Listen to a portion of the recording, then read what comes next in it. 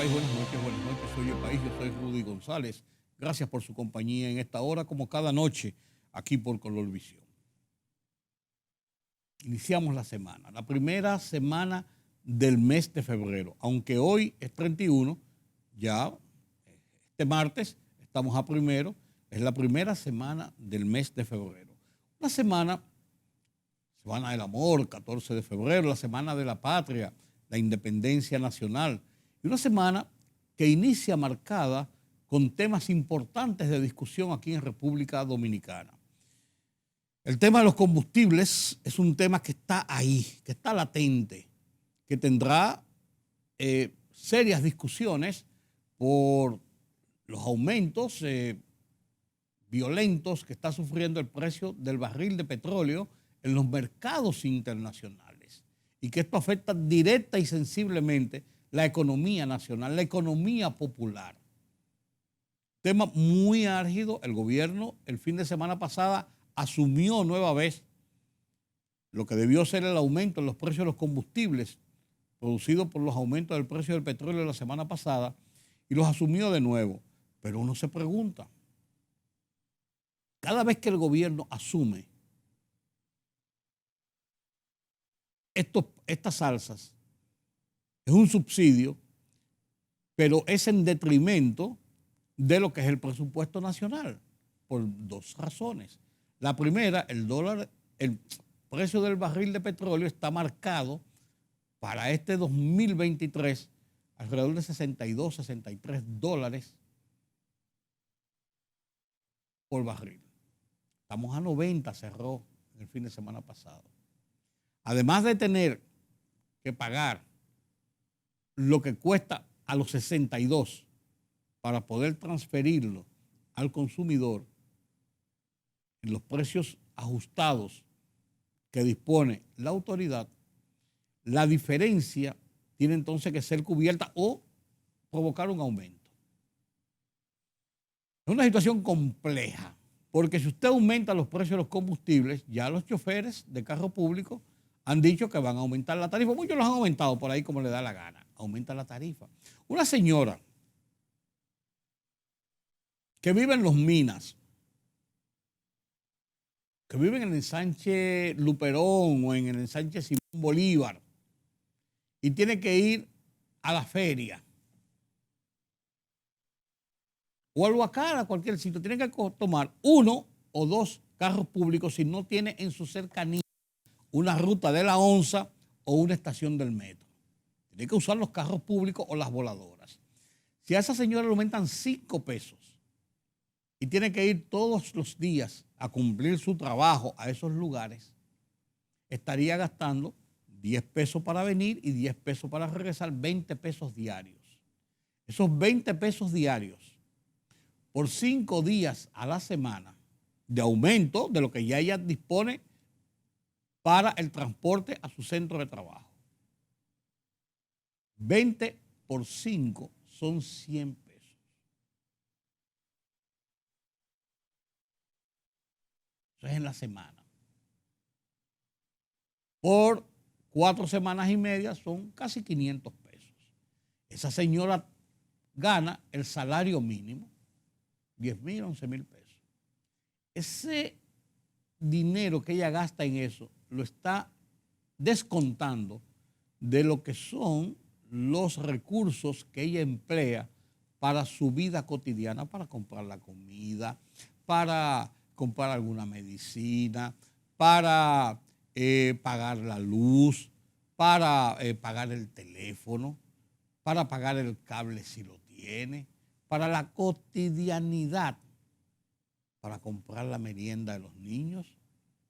Todos en la escuela reciben la merienda para las necesidades cotidianas. Entonces, eso significa una reducción en el salario real que recibe esa señora mes por mes.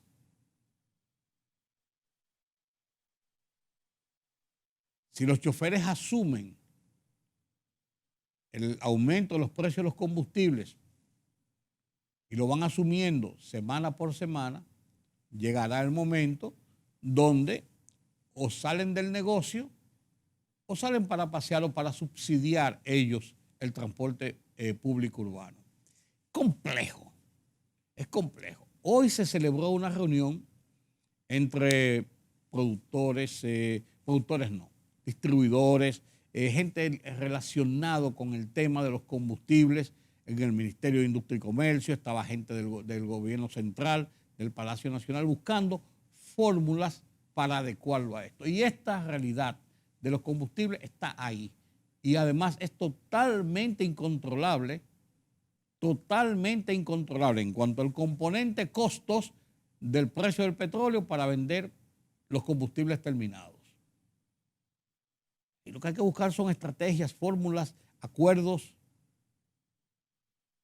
para poder enfrentar esta situación que no cabe dudas de que es una situación compleja y sustancialmente difícil para las autoridades y para la gente si le imponen aumentos en los precios de los combustibles. Todo indica que el gobierno está tratando de buscar esos paliativos antes de poner en práctica algunas medidas que tendrá que poner en práctica necesariamente. Que es lo que nosotros decíamos la semana pasada en nuestros comentarios sobre el tema del fideicomiso de Punta Catalina, sobre el contrato que se envió al Congreso Nacional, y nosotros decíamos, incluso así lo escribí en mi columna Oye País, en el Listín Diario a mediados de la semana pasada, que el fideicomiso de por sí es una figura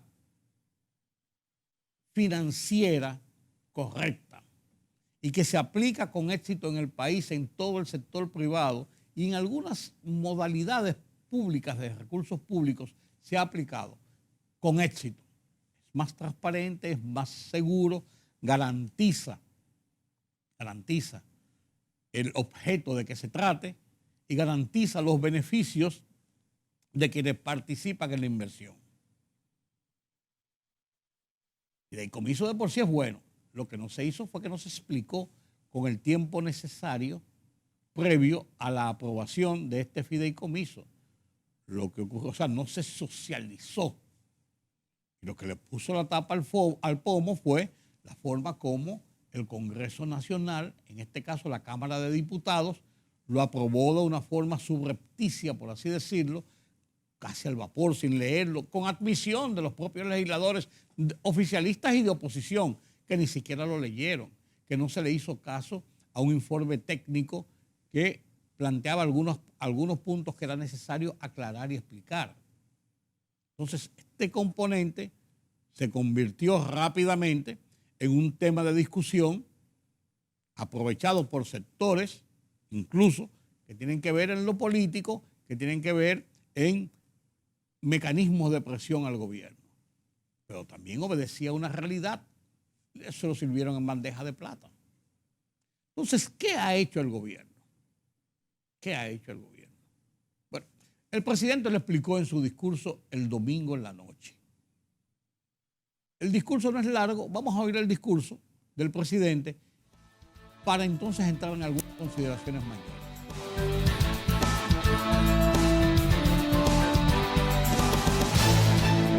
Querido pueblo dominicano, si por algo se ha caracterizado mi ejercicio de gobierno, ha sido precisamente por ser transparente y ofrecer las explicaciones que la población demanda y merece.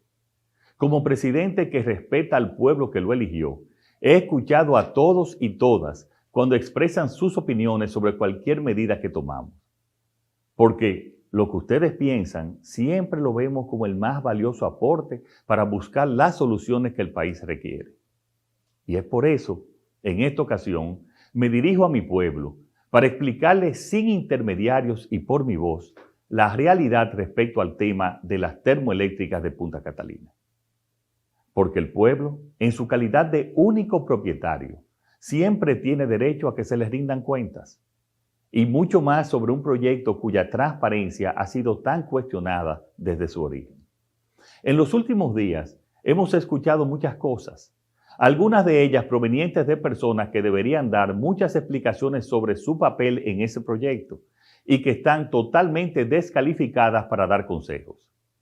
Quiero dejarles claro que Punta Catalina es un tema que vamos a resolver de la forma que más le convenga a los intereses del pueblo dominicano, que es el que ha pagado los platos que otros han roto. Y como lo hicimos con el peaje sombra, en esta ocasión también estamos procediendo con rigor, seriedad y solvencia moral. Pero antes que todo, quiero dejar claramente establecido que las termoeléctricas de Punta Catalina no serán privatizadas mientras este servidor de ustedes sea presidente de la República. El Estado Dominicano, entiéndase, el pueblo, es y seguirá siendo el único propietario de todos los bienes y derechos aportados por el gobierno para la creación del fideicomiso Punta Catalina, que habrá de manejarse de manera transparente y eficiente. Quiero repetir, enfatizar y dejar totalmente claro que no existe en el fideicomiso un solo resquicio que sugiera la privatización de ese preciado bien público. Sorprende que muchos, por interés o ignorancia, digan que un comité técnico tenga calidad legal para privatizar. Es de conocimiento que la enajenación de un bien público implica, por mandato constitucional, la aprobación del Congreso Nacional. El propuesto fideicomiso de Punta Catalina busca gestionar un bien que pertenece en su totalidad al Estado Dominicano, y cualquier tipo de beneficio derivado de la gestión de dicho activo será recibido por el Ministerio de Hacienda. En este sentido, deben saber que después de meses de licitación y estudios, el pasado martes 25 de enero recibimos la auditoría técnica preliminar sobre el estado de las plantas de Punta Catalina. En los próximos días se informará al pueblo sobre los mismos. Asimismo, ya con la auditoría técnica disponible, les informamos que en los próximos días una empresa internacional, cuyo contrato se adjudicó después de casi 10 meses de varias licitaciones, realizará una auditoría que arrojará todos los detalles financieros de este proyecto. Además, he impartido las instrucciones correspondientes a fin de que se solicite a la nueva Cámara de Cuentas otra auditoría financiera del proyecto, de manera que el pueblo dominicano pueda conocer cada detalle de lo invertido en esas plantas. Me han oído decirlo siempre, y hoy lo repito, con el dinero de los dominicanos no se juega. Ustedes tienen derecho a saber cómo se ha gastado en el pasado y cómo gastaremos cada peso, porque es su dinero. Siempre los he escuchado para tomar decisiones importantes. Consecuentemente, he decidido solicitar al Senado de la República posponer el conocimiento del proyecto de fideicomiso de Punta Catalina hasta que el Consejo Económico y Social reciba las opiniones de todos los sectores que quieran aportar para buscar el mecanismo más apropiado y transparente en el manejo y preservación de las termoeléctricas.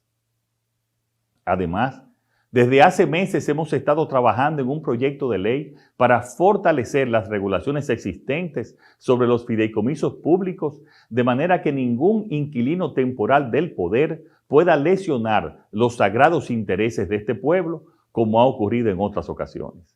Este proyecto de ley será sometido al Congreso el próximo 27 de febrero. Vamos a dar soluciones, vamos a hacerlo juntos. Y vamos a crear nuevas capacidades de gestión eficiente de las propiedades e intereses públicos. Señoras y señores, este gobierno está centrado en resolver problemas y dar soluciones. Cumplimos con el mandato que ustedes nos otorgaron: gestionar su dinero de la manera más rigurosa posible y siempre dando la cara. Eso les prometí. Eso cumplo como presidente y eso seguiré haciendo todos los días que esté en el palacio. Punta Catalina ya existe y nos costó un alto precio a los dominicanos. No la podemos eliminar. Por eso, ahora la vamos a administrar con transparencia y eficiencia. Vamos a hacer que este enorme sacrificio de los ciudadanos se convierta en un patrimonio útil para toda la sociedad. Por eso les repito, Punta Catalina no se privatiza ni se privatizará mientras yo sea su presidente. Todos los ciudadanos que quieran opinar sobre el fideicomiso deben ser escuchados en el Consejo Económico y Social, CES, y después en el Senado. Someteremos una ley para fortalecer las regulaciones de los fideicomisos públicos. Le comunicaremos al país en los próximos días los resultados del informe de la auditoría técnica. Y finalmente, solicitaremos a la Cámara de Cuentas una auditoría financiera. Estamos cambiando este país.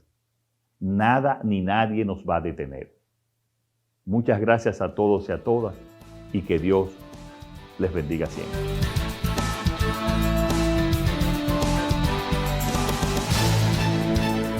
Lógicamente, ahí está consignado.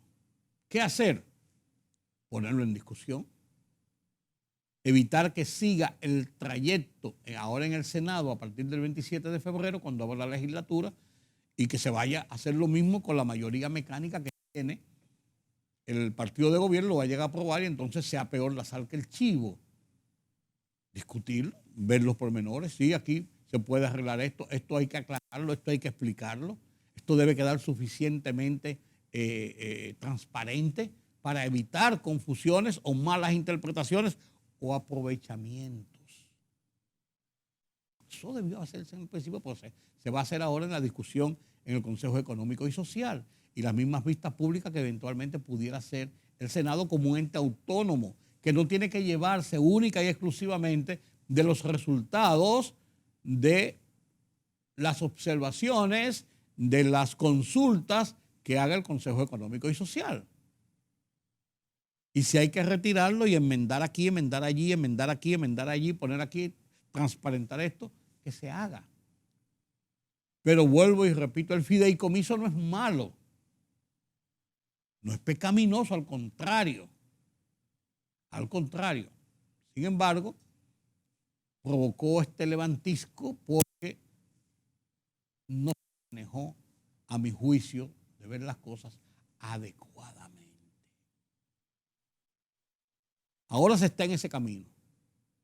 Y qué bueno que se está en ese camino y que ese camino deje claramente establecido lo que es el fideicomiso. Entonces el gobierno, además de eso, el presidente Abinader, anunció que va a someter una ley de uso de fideicomisos en el sector público. No una ley de fideicomiso público, porque los fideicomisos son públicos, sino del sector público, que el sector público pueda participar con una ley adecuada para los fideicomisos. Va a presentar el 27 de febrero, ya se lo había pedido varias gentes, entre ellos el expresidente Leonel Fernández, de que es mejor que haya una ley. El gobierno no había hecho nada irregular porque el reglamento de la ley que se dictó en el 2011, anunciando, o sea, aprobando los fideicomisos en República Dominicana, consignaba que podía incursionar sectores con fondos públicos. Pero mientras más claridad, más amistad. Entonces, todo ese tipo de cosas hubiese sido mejor para ganar el tiempo y evitar ruidos innecesarios, porque a final de cuentas, el fideicomiso para Punta Catalina, que es una obra trascendente para el país, pero muy controversial desde sus inicios, deberá ser manejada todo lo transparente y todo lo claro y todo lo abierto y todo lo público posible. De eso no cabe dudas. Punta Catalina es importante y trascendente para el desarrollo del país. Y se pagó con dineros del pueblo, le costó al país.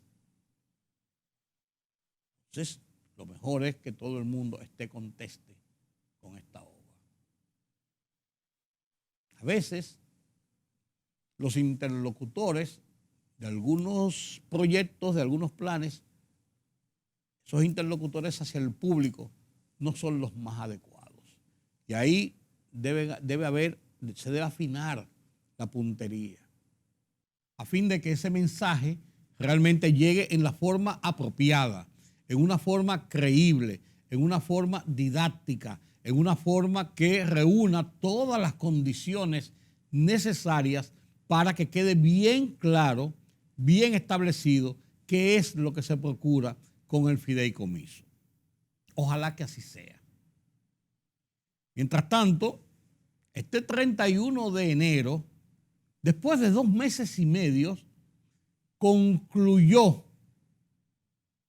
el periodo que se otorga para renovar el marbete, o sea, pagar el año que comienza, el año 2022, de uso de circulación vial. O sea, lo que es la placa, el marbete. Hay que pagarlo todos los años, en finales, mediados de noviembre, octubre o noviembre. Mediados de octubre comienza la expedición. Todos los bancos, todas las asociaciones de ahorros y cooperativas, vía internet, donde quiera. Había 20.000 formas de hacerlo. Incluso se lo llevaban a su casa si usted lo pedía por internet. Las estafetas de impuestos internos para sacar ese marbete. Un montón de gente lo deja para última hora y por eso el viernes y el sábado los bancos estaban así atestados de gente para sacar el marbete. Pero hubo dinero para comprar a Jumbo en diciembre y para las fiestas y para la chelcha, 1.500 pesos para comprar el marbete. Entonces lo dejaron para último. Ahora el que no adquirió el marbete hasta este 31 va a tener que pagar 2.000 pesos. Oigan, señores, 2.000 pesos de recargo, además de pagar el precio del marbete, 1.500 pesos, 2.000 pesos de recargo. Y si usted transita sin el marbete y lo agarra a un AMET, se van a dar banquete con usted. Tiene que pagar una multa. Si le retienen el carro y se lo llevan a tal sitio, tiene que pagar el transporte. O sea, le puede salir más cara la sal que el chivo si usted no pagó no sacó su marbete a tiempo. Y en eso no puede haber prórroga porque son 2 meses y medio. Y la gente sabe que tiene que pagar el marbete. Lo que yo no entiendo es cómo veo una prórroga de que para el tema de la tercera vacuna, la tercera dosis. Lo primero es que son 1.000 y pico de personas, déjame ver cuántos son finalmente, que se han vacunado con la tercera dosis. Yo lo tengo por aquí, Con la tercera dosis apenas se han vacunado 1.907.481 personas. Esto significa que apenas un 12%, 15% de la población se ha vacunado con la tercera dosis. Entonces tenía razón Antonio Marte cuando dijo, si aplican eso de que hay que pagar, que la tercera dosis no va a poder entrar nadie a ningún sitio y eso, se va a paralizar medio país. Y es verdad. Yo creo que ahí el gobierno lo que debió insistir es en una campaña pero agresiva, más de la que hay incluso, para promover la segunda dosis y establecer cumplimiento de consecuencias a quienes no presentaran la tarjeta de que se han vacunado con la segunda dosis. Y comenzar a promover que la gente, por razón de su salud, comience y se ponga la tercera dosis. Pero establecer mecanismos de represión que son correctos porque esto es una situación de todos, con la tercera dosis, es muy aventurado todavía. Yo creo que todavía ni el 21 de febrero ni el 32 de marzo. Tenemos que insistir es que apenas 5.789.481 personas se han vacunado con la segunda dosis y con la primera dosis apenas 6.996.090 personas se han vacunado. O sea, hay un déficit de personas que se hayan vacunado con la primera dosis y con la segunda dosis también. Lo de la tercera dosis es importante y trascendente, pues no podemos tratar de penalizar de una forma fuerte, vigorosa, como debe ser, con la tercera dosis aún. Yo tengo la tercera dosis, no estoy diciendo por mí, ni en mi casa. Todos tenemos la tercera dosis. Estoy diciendo porque yo entiendo lo que es la lógica, señores. Lo que es la lógica. Pero, mientras tanto, en el nordeste y en el norte del país, una serie de lluvias fuertes a propósito de un frente frío está provocando inundaciones. Hasta el día de la tarde de hoy había un muerto y 700 y tantas casas destruidas y más de 1.000 y pico de personas, 1.700 personas desplazadas de sus hogares por temor a que las inundaciones le provoquen otros estragos.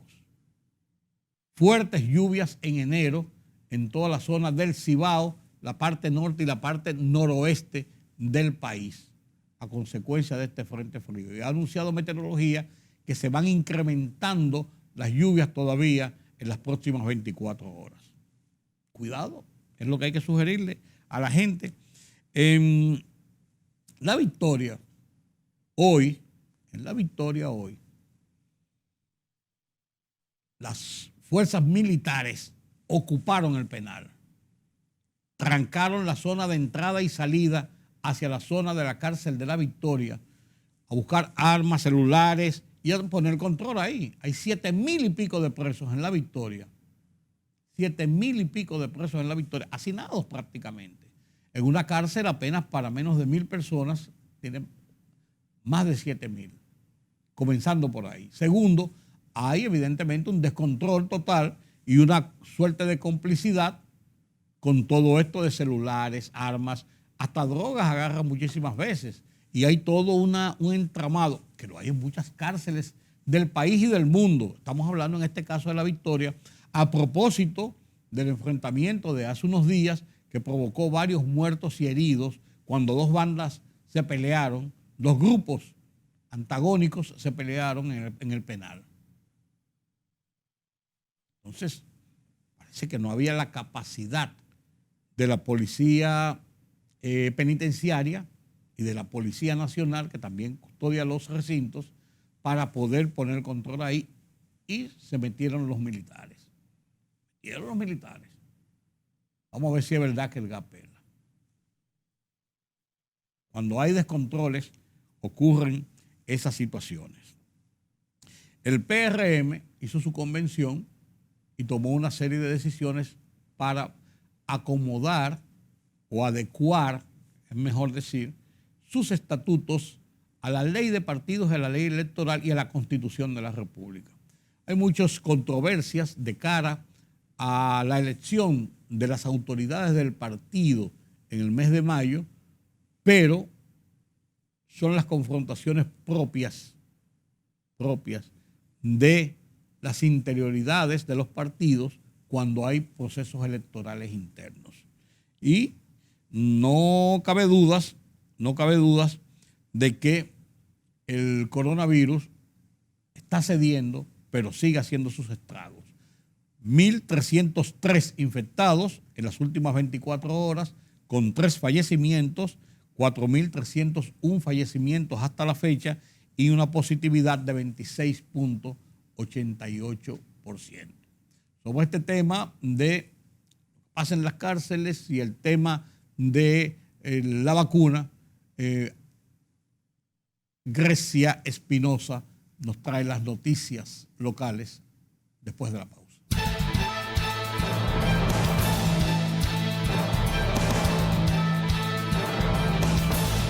El Ministerio de Salud Pública reportó este lunes 1.193 casos nuevos por COVID-19 y 2 fallecimientos en las últimas 24 horas.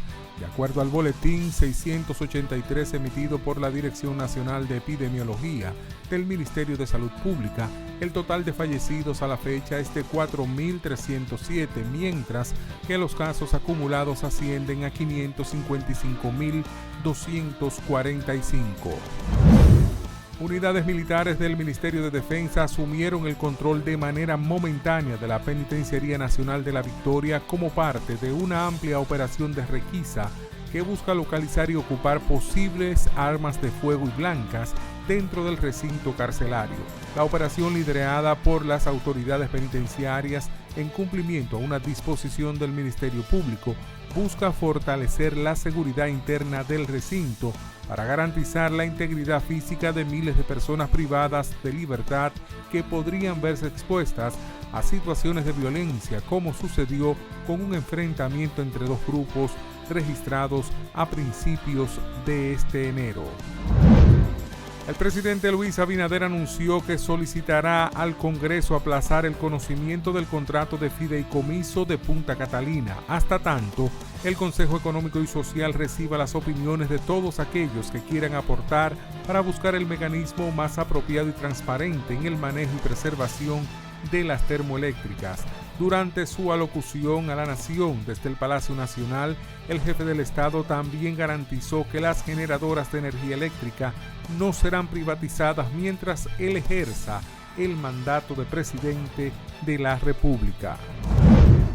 El Partido Revolucionario Moderno PRM modificó formalmente sus estatutos para, entre otros puntos, eliminar la prohibición a la reelección presidencial y así abrir el camino para que el presidente Luis Abinader pueda aspirar a un segundo mandato consecutivo en las elecciones de 2024.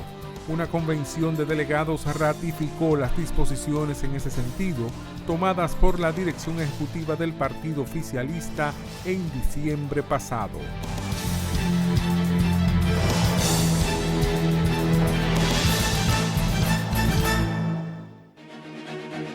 El rumbo de la tarde, plural, objetivo, democrático, la verdad siempre.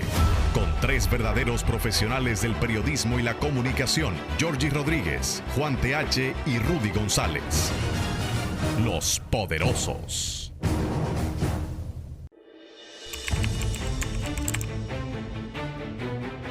Periodismo de investigación, columnas, opinión, análisis, reportajes de fondo. Hora por hora, una completa plataforma multimedia. Periodismo con valor. Noticias horaporhora.com.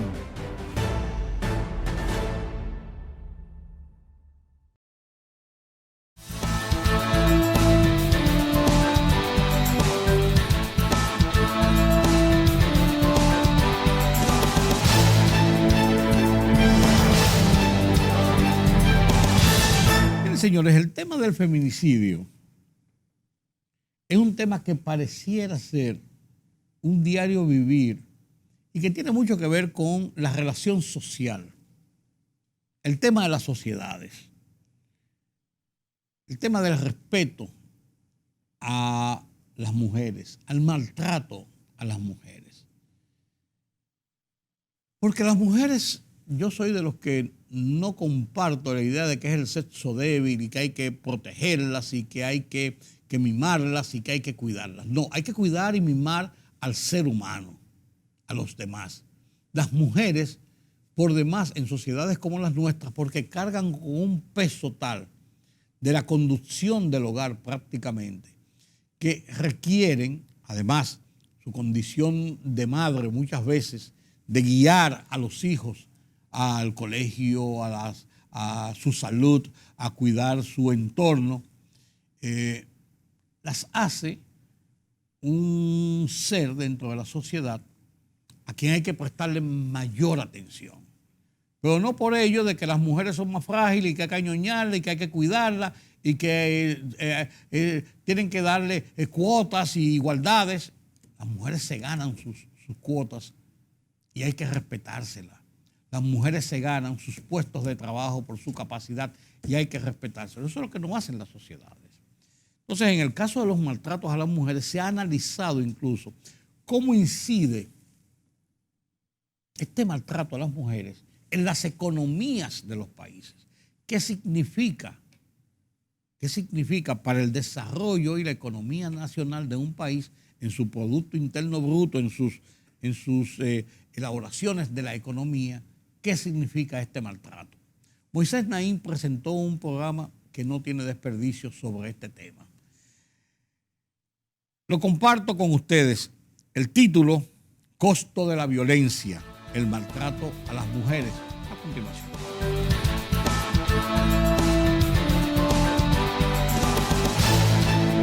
Bienvenidos, soy Moisés Naín desde Washington. Encantado de estar de nuevo con ustedes, como siempre.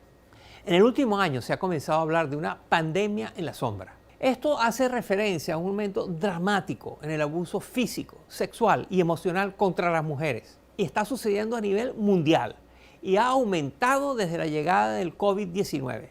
Considere esta realidad. Según un reporte de las Naciones Unidas, 1 de cada 2 mujeres, la mitad de las mujeres, reporta que ellas o alguna mujer que ellas conocen han sido víctimas de violencia en su propia casa desde que comenzó la pandemia. Eso, por supuesto, tiene altísimos costos humanos, es inaceptable, pero hay estudios que también demuestran que tiene importantes consecuencias económicas que nos afectan a todos. Hace unos años se estimó que el costo global de la violencia contra la mujer era equivalente al 2% del tamaño de la economía mundial, es decir, 1.5 billones de dólares. Y esa cifra sigue subiendo. Es por eso que hoy nos adentramos en las terribles consecuencias de todo tipo, pero sobre todo en las económicas, que genera la violencia doméstica. Miren. En 2018, el entonces congresista de Uganda, Onesmus Twina Masiko, dio su opinión sobre el rol del hombre dentro del matrimonio. Como hombre necesitas disciplinar a tu mujer, necesitas derribarla y golpearla de alguna manera para encaminarla y permitirle realmente ponerse en la línea. Sí, tienes que darle una pequeña paliza, eso incluso demuestra amor. Sus retrógradas ideas no lo llevaron muy lejos. El político perdió su reelección en el 2021. Pero lamentablemente, su visión de la mujer es compartida por muchos en Uganda. De acuerdo con un estudio de la Universidad de Bristol en Inglaterra, en el país africano, el 51% de la población piensa que hay situaciones en las que darle palizas a la mujer en un matrimonio es justificado. Y esta opinión es mucho más común en naciones asiáticas de escasos recursos como Timor del Este, donde la cifra asciende a un sorprendente 83%. De hecho, según los investigadores, en los países en desarrollo del sur de Asia es donde golpear a las esposas tiene mayor aceptación. Datos globales recopilados por la Organización Mundial de la Salud demuestran que la violencia contra las mujeres afecta de manera desproporcionada a las regiones de ingresos bajos y medios bajos.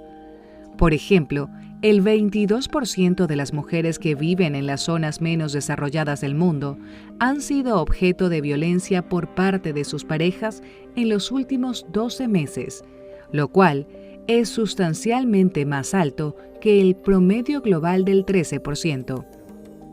Esta relación entre la pobreza y el maltrato contra la mujer ha sido estudiada extensivamente por investigadores como Rasmane Ouedraogo, del Fondo Monetario Internacional. Cuando las condiciones económicas son muy malas y se tiene una pérdida de ingresos o pérdida de empleo, lo que sucede es que hay más disputas entre las parejas. Y la mayoría de las veces esto lleva a un comportamiento más abusivo por parte de los hombres sobre las mujeres. En situaciones de precariedad económica, con frecuencia, es el hombre quien se convierte en el proveedor principal de la familia, pues los empleos a los que tienen acceso las mujeres suelen ser más inestables, y el cuidado del hogar y de los niños recae sobre ellas. Así, el factor monetario se vuelve otra vía a través de la cual ejercer control, obstaculizando la posibilidad de escapar. Entonces yo soy una persona de las que ha sufrido mucha violencia. Y pues sí, es violencia psicológica, violencia física, violencia económica. Y no solo eso, el abuso de las mujeres a su vez afecta la economía nacional. Para África subsahariana, Ouedraogo y otros investigadores concluyen que un aumento de la violencia contra las mujeres en un punto porcentual se asocia con una pérdida del 9% en la actividad económica. Si la región pudiera disminuir este tipo de crímenes y acercarse al promedio mundial, esto aumentaría a largo plazo el tamaño de la economía en alrededor del 30%.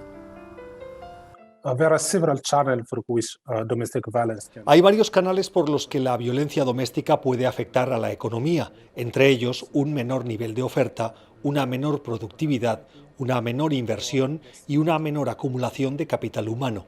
Lo que se suele observar es que las mujeres procedentes de hogares en los que se maltrata suelen trabajar menos horas y ser menos productivas.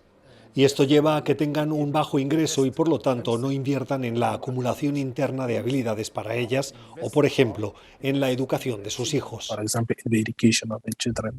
Considere esto.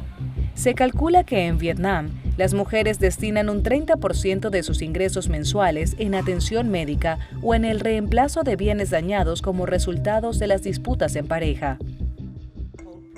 Es evidente que los cambios culturales son importantes y deben comenzar con la educación. Ouedraogo sugiere que cerrar la brecha educativa ayudará a romper las tradiciones que sostienen el maltrato a la mujer y a que muchas niñas logren superar su dependencia económica en la adultez. Pero la clave, según los expertos, está en diseñar y sobre todo implementar leyes que protejan a las mujeres. En un reporte de 2021, el Banco Mundial calculó que de 32 países que no tienen legislación contra la violencia doméstica, 23 son de ingresos bajos o medios bajos. Y donde ya existen leyes, muchas veces no se cumplen. Así se expresa al respecto la activista de derechos humanos Gulnara Mediyeva. Es imposible resolver la violencia doméstica en Azerbaiyán a nivel social. La policía y el sistema judicial deben cambiar. Las leyes tienen que cambiar. Es imperativo, pues las cifras disponibles sobre este grave problema son conservadoras. Muchas mujeres aún temen denunciar por miedo a sus parejas, a perder su sustento y a lo que diga la sociedad. La situación podría ser mucho peor.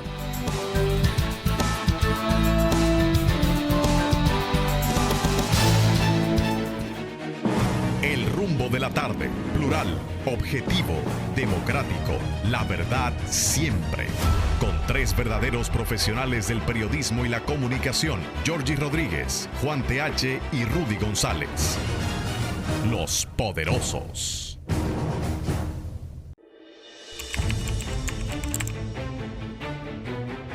Periodismo de investigación, columnas, opinión, análisis, reportajes de fondo. Hora por hora, una completa plataforma multimedia. Periodismo con valor. Noticias horaporhora.com.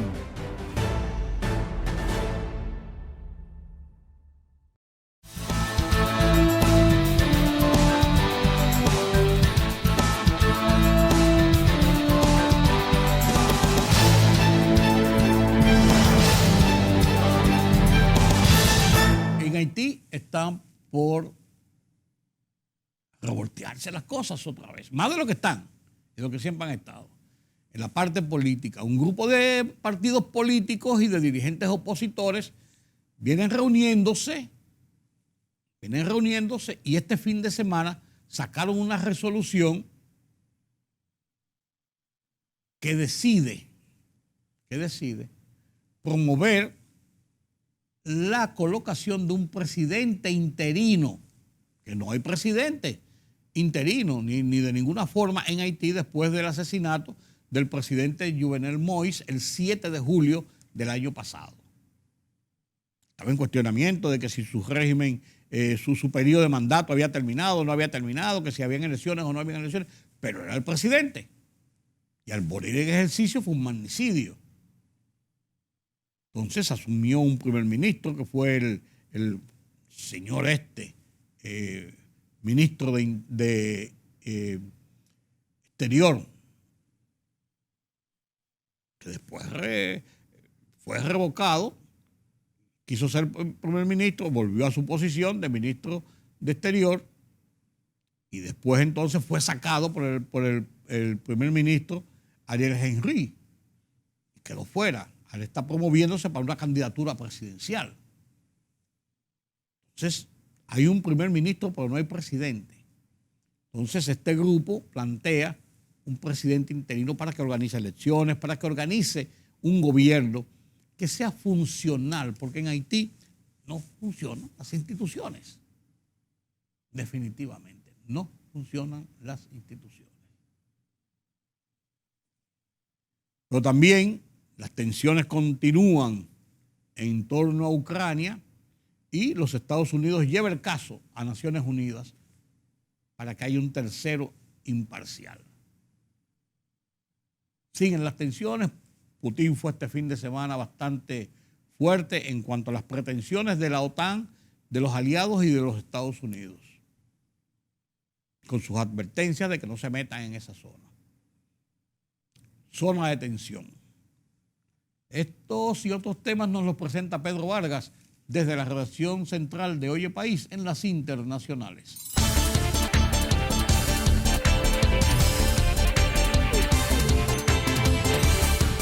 Estados Unidos llevó hoy ante el Consejo de Seguridad de la Organización de Naciones Unidas, ONU, la crisis en Ucrania con el objetivo de lanzar un claro mensaje a Rusia sobre la necesidad de evitar un conflicto y, a pesar de la oposición de Moscú, de discutir esta cuestión en las Naciones Unidas.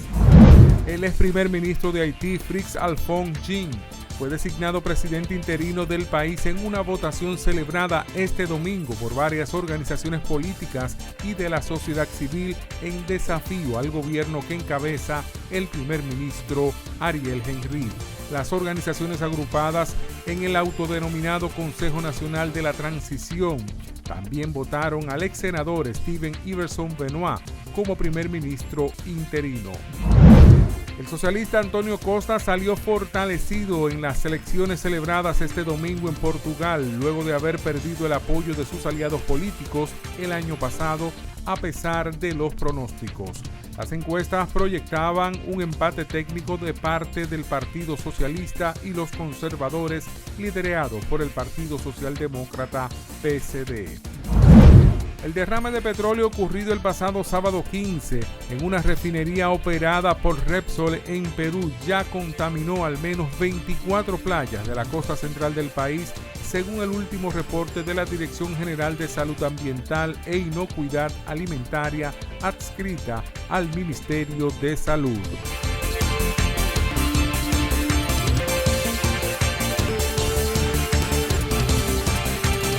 Así llegamos al final de esta emisión de Oye País. Gracias por estar con nosotros a esta hora. Mañana una cita nueva vez aquí en Color Visión. Yo soy Rudy González. Pasen un feliz resto de la noche.